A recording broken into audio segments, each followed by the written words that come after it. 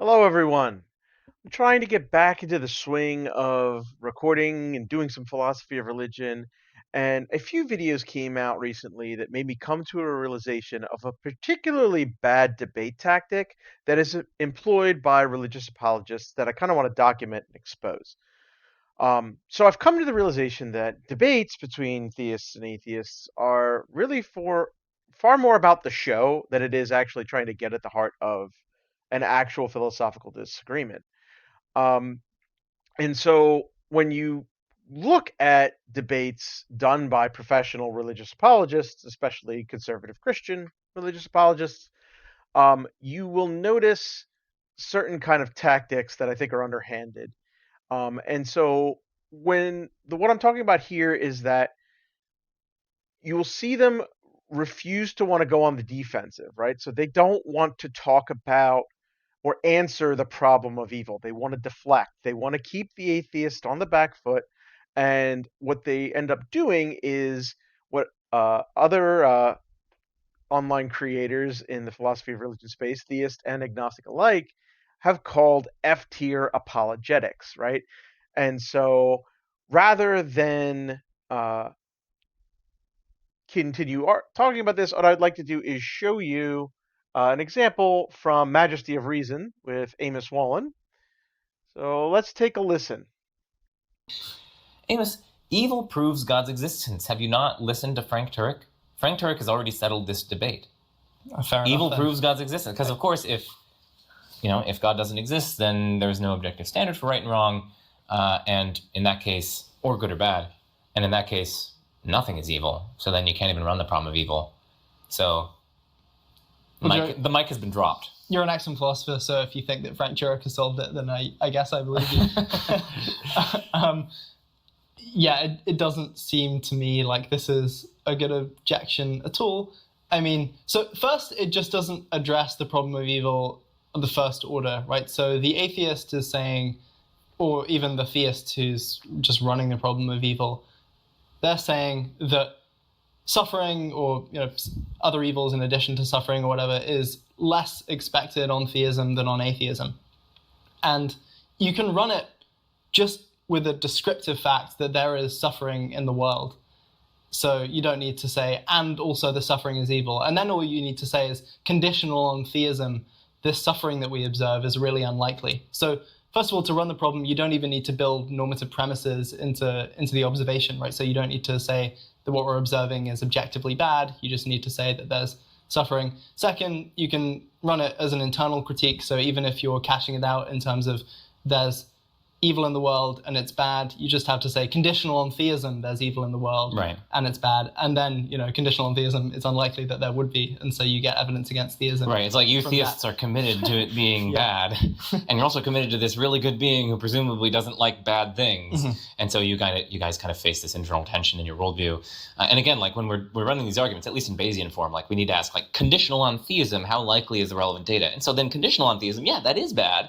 And God would be motivated to remove bad because he's good and he has power and knowledge and whatnot. Whereas conditional on atheism, okay, maybe we don't want to describe it as bad according to proponents of this Turek line of thinking, but like we still have all this suffering and whatnot. And so the thought goes, according to the proponents of the problem of evil, it's not going to be as unlikely under atheism that we'd see the data. I think a lot of the people who push this line end up just pushing it for rhetorical purposes, in the sense that basically somebody presents an argument against theism, and so what you want to do is change the subject to an argument for theism. Right. So, there's a connection between the problem of evil and the moral argument for the existence of God, and that both have to do with morality.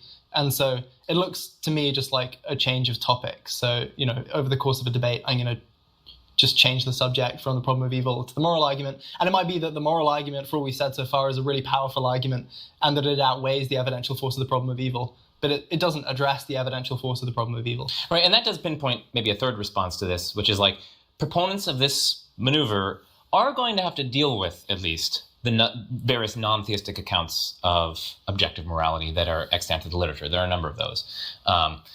I'm not saying that any of those are in fact true, but like proponents of this response are making the positive claim that you can't have objective morality without God. And so the burden of justification, the onus of proof is on them to systematically run through these and say that all of these are false. So that's going to be a big task, and I very rarely see proponents of this response undertake that task, or at least undertake it successfully. Yeah. Okay, where are we to rank this? F. Just straight, you're going for the jugular. Okay, we're putting it in F. Because it's just non-responsive. Yeah, no, and it's a terrible objection. And it doesn't... Two ships it's passing pathetic. in the night. Yeah, right. No, I'm with you. It's pathetic. But I like how you just went like F. Like, okay, good.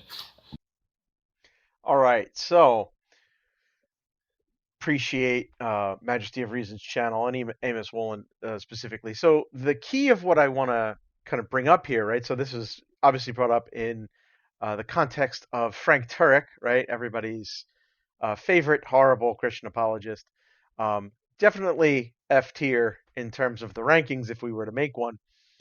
But the key move, right, is to be like, look, even Christian philosophers like Alvin Plantinga will admit that most theodicies are actually quite bad. And so when a theist has to spend time in a debate trying to give a theodicy, which is very easy to poke a lot of holes in, they look bad, right? That is taking people away from where they want them to go, which is towards theism. And also, it's hard philosophy. It starts getting deep, and then the worst thing that can happen is that people find out the truth of philosophy of religion and apologetics, which is that really it's all about what you assume up front and what metaphysical assumptions you bring in and how reasonable it is to be a theist, an atheist, or an agnostic, and how indecisive so many of these arguments actually are. And so even responses to, say, the problem of evil, I think they're not very good. And the only way out, I think, is maybe a kind of skeptical theism. But then that kind of skepticism is never allowed when the atheist responds to, say, arguments for God's existence. And so, again, in the context of a debate, it's a time-limited format. People are only going to watch for so long. The idea is I'm not going to answer the problem of evil. I'm going to just sneak in another argument for God's existence, and then you're playing defense by trying to respond to yet another argument for God's existence instead of me having to spend time trying to give a half-baked theodicy that is going to be very easy for you to poke holes in, and then now the theist is on the defensive, right?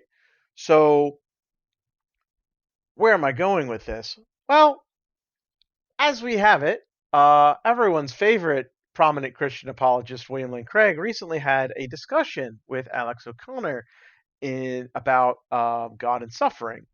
And there's a lot to say here, but Alex eventually in the discussion brings up the problem of animal suffering, which is a particularly hard version of the problem of evil for a Christian to escape because they can't really appeal to soul building or human free will and the fact that, well, we just don't expect if a tri-omni and omnibenevolent, powerful, omniscient creator was going to create the physical universe, creating the universe in which evolution takes place and all the suffering is just baked in to the creation and evolution of the universe. That's just not something we expect to see from an all-good, all-powerful God. And, well, what does William Lane Craig resort to here but F-tier apologetics? Let's take a listen. The question here is whether or not the existence of animal suffering in the world is more plausible given naturalism or atheism than it is given theism. And I would argue that animal suffering is vastly more improbable given naturalism or atheism than theism. And therefore, even if our inability to penetrate divine psychology and say what reason would have God would have for choosing an evolutionary process, which I think we can speculate about, nevertheless, the balance of probability is overwhelmingly in favor of theism. Animal suffering is more probable on theism. Now, why do I say that? Well, the reason is because if naturalism were true, then it is incomprehensibly more probable that there wouldn't even be life, much less sentient life that could experience suffering. And of course, we're back here to the old fine-tuning argument, aren't we? That given the fine-tuning of the universe, this is vastly more probable given theism than given naturalism. And so, in a sense, the existence of animal suffering as well as human suffering is actually evidence for theism, because if naturalism were true, it's overwhelmingly more probable there wouldn't be any sentient life and hence no suffering. Yes, I understand this.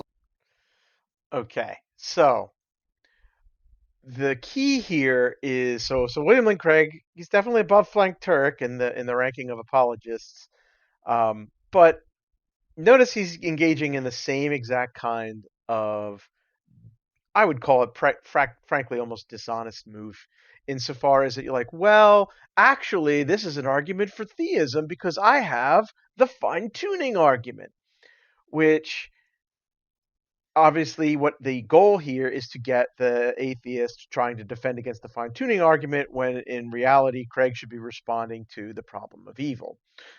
Now, the thing is, so there's a whole lot to say here. The first thing is that I think this dodge doesn't even work whatsoever, right? Now, Craig's statements are formulated quite carefully, I think, because he contrasts theism and naturalism, right? Now, I think that's done very intentionally, but the atheist can respond, right, in that we don't even need to say that we're talking about naturalism versus theism. We're just saying on theism, this suffering, this kind of baked in evolutionary history of animal suffering is entirely unexpected and is evidence against theism. And we can do this by even granting a lot of the fine-tuning argument. Now, I don't grant the fine-tuning argument, but for the sake of argument, we could do so. Now, remember, if I was to be a new atheist and be like, well, William Lane Craig, you don't believe in 3,000 other kinds of gods, and I just believe in one less God than you do, right? So, like, you know, what you would get there is that the Christian is going to say, you don't understand theism or the monotheistic claim, right? There is only, like, all these other gods of Zeus and Hermes or whatever. Those aren't God. I'm talking about the necessary tri-omni being that is the ground of all reality, right? And so that is what theism is.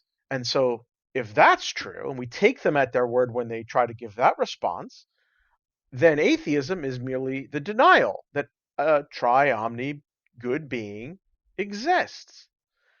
And so even granting fine-tuning, it's still evidence against theism and for atheism, because atheism is merely the denial that a good, all-powerful being exists and created the universe. What we could say then would be that some kind of an all-powerful malevolent deity, or a morally neutral deity, or a limited power but all good deity created the universe. It's still evidence for atheism in the strict philosophical sense, once we actually take these Christian apologists at their word and their phrasings and their things. They swap between different kinds of theism when it suits them, and then hold you to the fire when it doesn't suit them, right?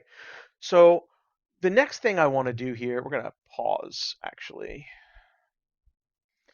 All right, so we're back, hopefully through the magic of editing. So the next thing I want to do is highlight exactly the way that I believe these Christian apologists, and William Lane Craig in particular, is very disingenuous in their responses here to the problem of evil, and that they're overly skeptical when it suits them, and then not when the atheist is going to engage in effectively the same kind, if not better justified, skepticism of religious arguments, right? So eventually, to Alex O'Connor and the moderators' credit, they did not let William Lane Craig get away with this dodge. They kind of held his feet to the fire and were like, hey, could you actually address the argument as it was given? So let's take a look at William Lane Craig's response and go from there about where the problems lie. Can you take that Alex is just looking at the systemic problem of evil, the problem of evil against theism from evolution by natural selection, ignoring the others. Does that argument itself count against it? Alex, because I did say I think we can speculate about God's reasons for allowing an evolutionary history to the world. It seems to me that God's overall purpose for creating life on earth is for the purpose of human salvation, and that his goal is to create a world in which the optimal number of people would freely come to know and embrace eternal salvation, which is an incommensurable good to which the suffering in this world cannot even be compared. And I don't think it is at all improbable, not in a whit improbable, that only in a world suffused with natural and moral evil, that the optimal number of people would freely come to embrace God and his salvation and so find eternal life. And that could well be the reason for creating the world with a new evolutionary history that involved, as you say, a lot of animal suffering. So the suggestion would be that an animal like a zebra, which gets its windpipe caught in the jaws of a lion, which is how they're often predated upon, that no human ever sees, that no human's ever aware of, that no other animal is even ever aware of, is somehow necessary. The conditions under which that occurred are somehow necessary to bring people to salvation in Christ. You know, this is the interesting thing about the natural world. The tiniest perturbations can, over time, have a kind of ripple effect such that enormous consequences can follow from seemingly trivial incidents, like a zebra's having its trachea which collapse. This is called the butterfly effect, and it's illustrated in chaos theory and in quantum theory as well. So that I think we're in no position at all to say, when we see some instance of evil, that God probably doesn't have a good reason for permitting that to occur. I expected to believe that God is somehow bound by this precarious butterfly effect from a particular instantiation of animal suffering that somehow brings about salvation, that without which God could have found no way to bring about the same salvation. It seems extremely well, we don't know. I mean, see, this is again where we're into the realm of pure speculation, but I'm saying it's not implausible that only in a world suffused with natural and moral evil that the optimal number of people would find eternal salvation. I mean, it's Okay. So there's so much to say here. First of all, he is making a gratuitous assumption insofar as that it is not a whit improbable that only in a world suffused by natural evils would the optimal number of people freely come to salvation in God. Actually, yes, it is extraordinarily improbable, and I think I can actually demonstrate that it is an improbable assumption. So the vast majority of Christians in the United States in particular, and they are also around the world, right? They do not believe this at all, actually. So the young earth creationists, the evolution denying population of Christians, right? The fun thing about those people is that they actually agree with the key premise in the argument for evil, insofar as they do not believe or they do not expect that God would create a world in which all this suffering just abounds, is baked into the entire mechanism of how the universe was going to play out from the moment of its creation, right? Which is why they deny that evolution is true, right? Because the deception is like, hey, if the world was created with all of this suffering baked in, this is not something that God would do. the universe as it exists is baked in with all this natural evil and predation and everything. So therefore, there is no all good being that created the universe, right? They would deny the second premise, but they are granting the first premise because in their theology, all the evil and suffering and death entered the world because humans sinned. Humans disobeyed God and so brought in all of the death and suffering as a consequence of the fall, right? So obviously William Lane Craig doesn't think this because he doesn't want to deny evolution. It's far too well established that these people end up looking quite stupid. It's a problem for Christians in general. But the key bit here is that probably almost a majority, I think, of Christians in the United States do not grant Craig's not a whit improbable uh, assumption, effectively, to say this. Now, and then so Alex is very good in that he gets to press him here. He's just like, you expect me to believe, right, that the giraffe or zebra who's dies slowly and painfully because its neck is crushed in the jaws of a lion is necessary for God to bring about free salvation of people. And he goes, well, we just don't know. The butterfly effect, we just don't know. It's pure speculation, right? So this appeal to skepticism and that we just don't know is fine when it seems very obvious that a triomni being could come up with a way of avoiding this suffering. Two things here. The first bit, let's just continue on the path. So it's not improbable that we just don't know.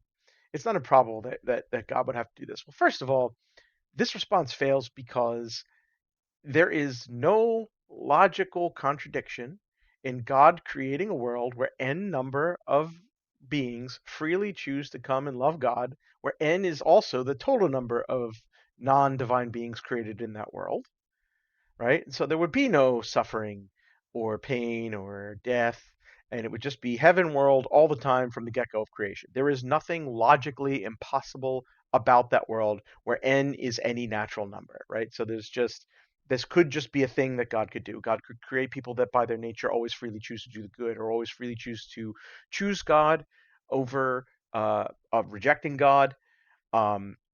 It's also extremely insane that anybody would not choose God, especially when given full information about what God is, right? And so they would then have the beatific vision and then immediately just be drawn to God and never sin.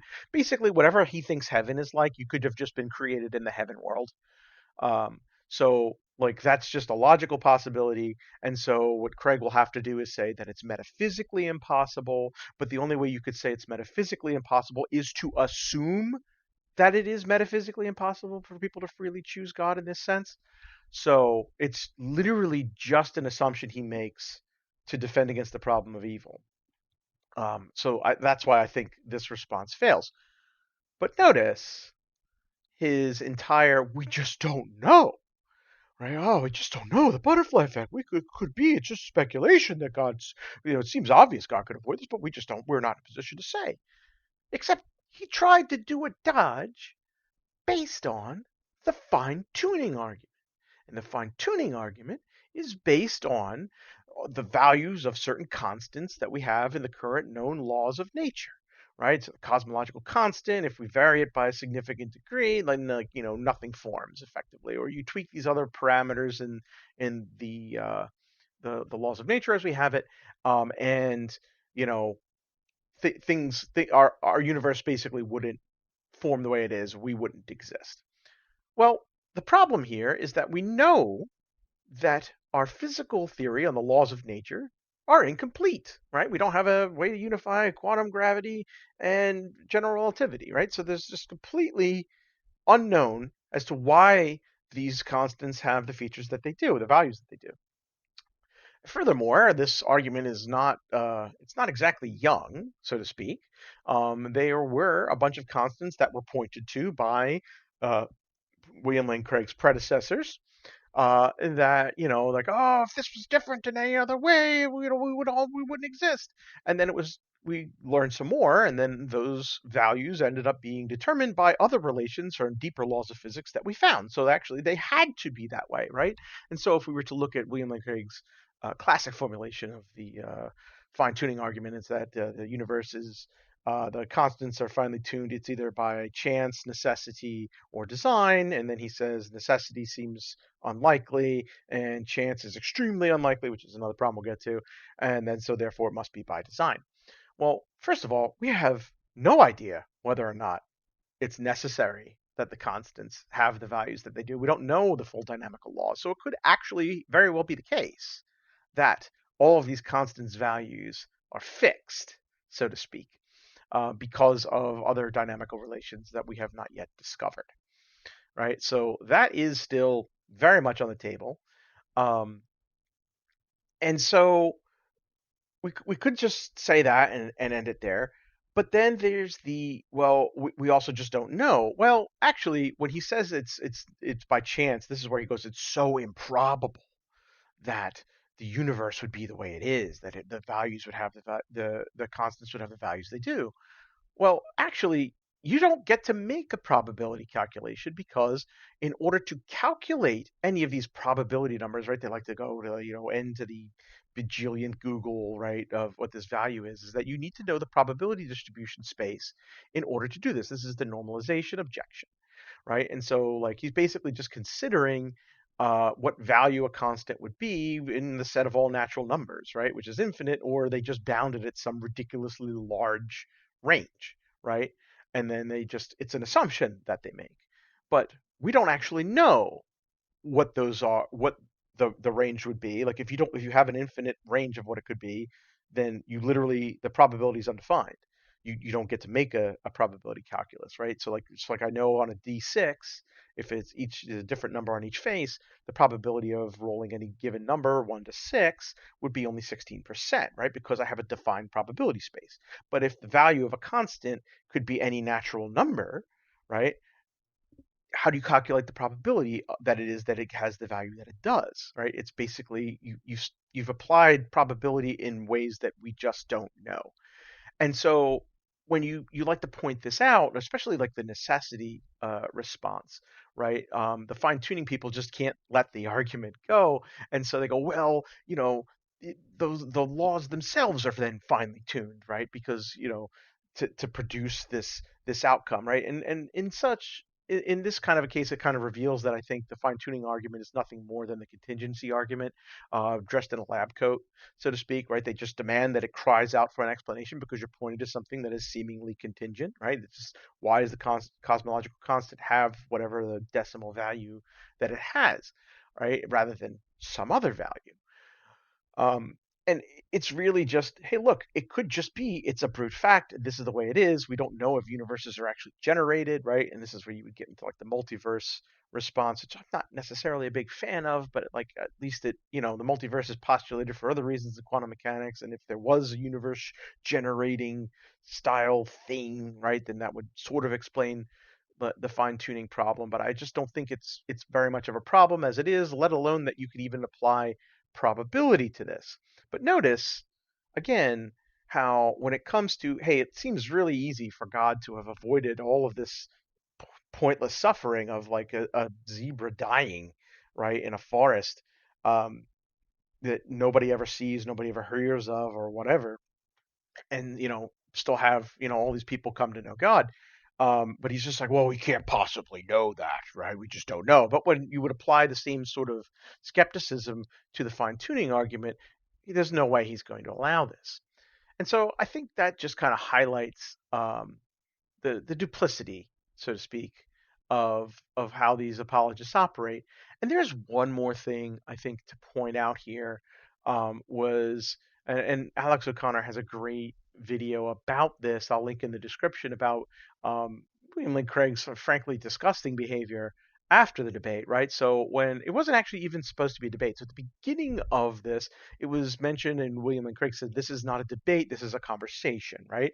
And so Alex O'Connor, now having a philosophy degree, he decides that, hey, look, in this discussion with the guy who basically like completely revived the Kalam cosmological argument, spends the vast majority of the time talking to this foremost expert on the Kalam, on his philosophical arguments of why the past can't be infinite, and pressing him on that because that's an interesting discussion, right? He's going to push him hard on the area for which he is world famous, right?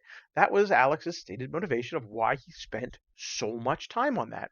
And William Lane Craig, in his, I think it was like a an email out to his subscribers, right, pointed out how Alex made a blunder in spending so much time talking about the theistic argument, which is also part of why I said that this debates are really for a show, and even what was supposed to be a conversation, he's using as a show to further his apologetic mission, right? And so it's always a show, I guess, is sort of the point here. And I think atheists, when they go into discussions, especially with apologists like this, should go in with that knowledge and not play the game, right? Don't get lulled into a false sense of security. Um, and the other thing that William Linker did that was particularly, I think, disgusting was during the Q&A section of their discussion, this audience member basically just jumped over Alex and kept interrupting him and like throwing out, trying to talk over him and give a sort of answer that was particularly bad, right? The guy was just being an ass. And Alex responded forcefully, although he said, in his own video, he calls it not his best moment. But I think if you watch it, he was extraordinarily polite for the dude as a response, basically slapping him down firmly, but like fairly British proper response way. But William Lane Craig characterized this to say that Alex revealed that he is not a non-resistant non-believer, in so how he worked up and angry he got when responding to this, Christian who challenged him from the audience, which is frankly bullshit. And so, like, one of the things is that, like, one of the things that makes Alex O'Connor a problem for Christian apologists is that he actually did so much of the work to be a believer, right? He said, I am a non resistant non believer. And he gave a whole spiel about how he went and got a master's of divinity. He did this philosophy study. He went from being a YouTuber, new atheist teenager, right, to going and getting a philosophy degree and studying theology and arguments and trying his best to really immerse himself in the Christian worldview to become a believer. And he's like, I just don't buy it. Right? He's like, I would believe in a God if I was given enough evidence, and I just don't see it.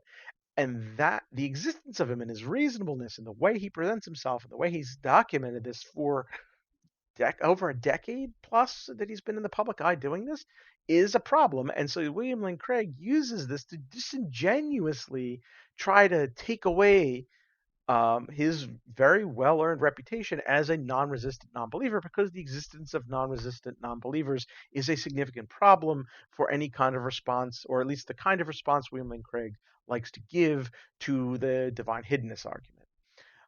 And so I guess if there's one thing to end here, it's that when you are engaging in discussions with people like William Lane Craig, right, the people who are an extremely clear partisan, they have an agenda and they're not coming in as a philosophically honest interlocutor.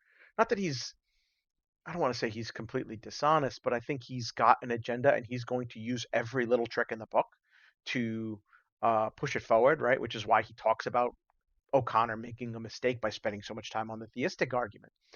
And this is why he deployed this effective at a dodge to try and have to avoid talking about the problem of evil and giving a theodicy that is very easy to poke holes in. And so when you engage with people like that, and you could tell who they are versus the kind of theistic philosophers who are willing to kind of engage in a very honest and good faith discussion on something, you need to go in knowing you're there for a fight, and you need to go in knowing you need to make your points. So hopefully this was enjoyable. Hopefully I at least got some points across that were interesting. Thanks for watching.